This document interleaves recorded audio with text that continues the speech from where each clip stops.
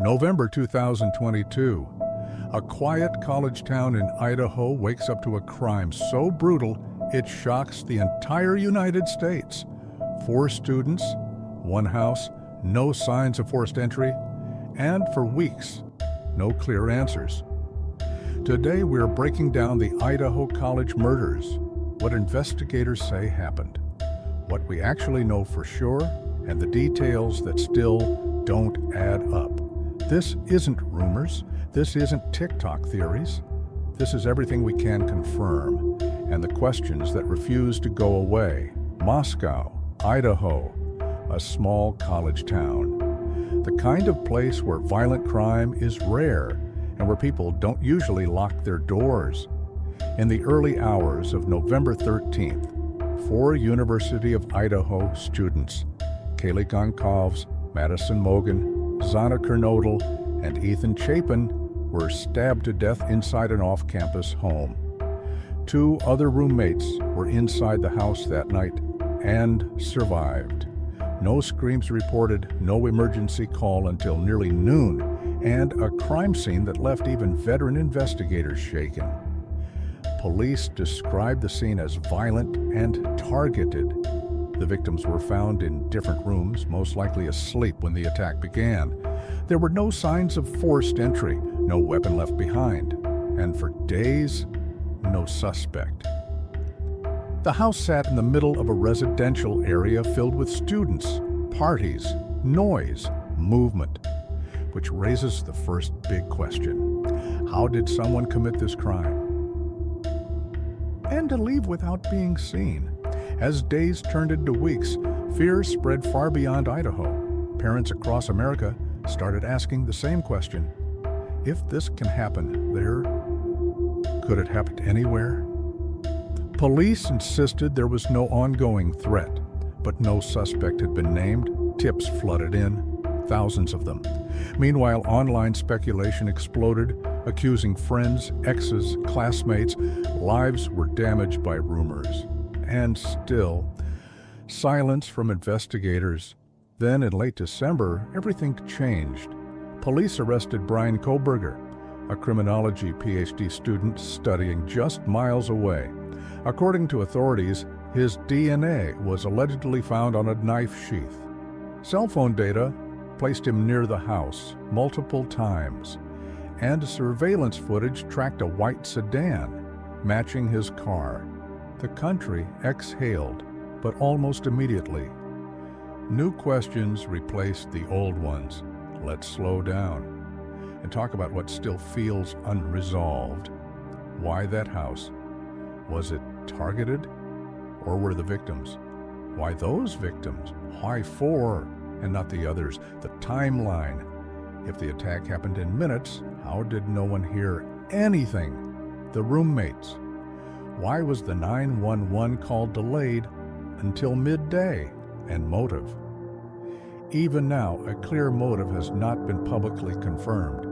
None of these prove innocence or guilt, but they matter. Because justice isn't just about arrests, it's about answers. This case also revealed something darker about modern America. Social media turned a tragedy into entertainment. Armchair detectives went too far. False accusations spread faster than facts. And in the middle of it all, 4 families grieving under a microscope.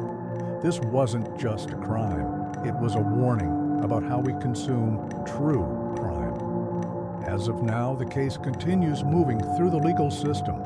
Evidence will be challenged. Testimony will be heard. And until a verdict is reached, everything remains an allegation. But one thing is already clear. This case changed how Americans think about safety, privacy, and trust, especially in college towns. So here's the question I'll leave you with. Do you think we know the full story yet? Or are there details still hidden, waiting to surface? Let's slow this down and walk through the timeline. On the night of November 12th, the house was active. Friends coming and going, calls being made, food being ordered, nothing out of the ordinary. By around 4 in the morning, investigators believed the attack had already happened. No emergency call. No neighbors reporting screams, no immediate signs that something was wrong. Hours passed. By the time police were called close to noon, the scene had already changed. That delay doesn't automatically mean wrongdoing, but in a case like this, every minute matters.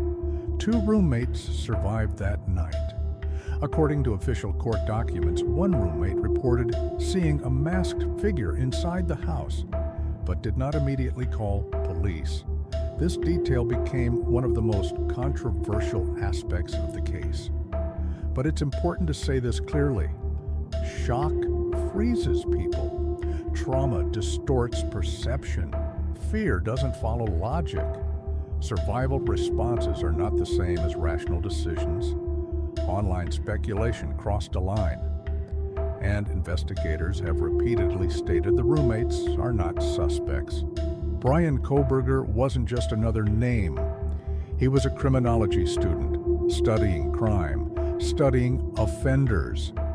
That fact alone fueled intense public reaction. Authorities allege he had an interest in criminal behavior. That phone data places him near the area, and that a knife sheath connected to his DNA was found. The defense argues the evidence is circumstantial, that cell phone pings are not precise, and that no murder weapon has been recovered. This case will be decided in court, not online. The alleged weapon was a large fixed-blade knife, a weapon that would require close contact, force, intent, and yet there were no neighbors reporting obvious signs of a struggle, which raises another uncomfortable question. How quiet was this crime, really? Experts say shock can silence victims. Others point to the layout of the house. Still, the silence remains unsettling.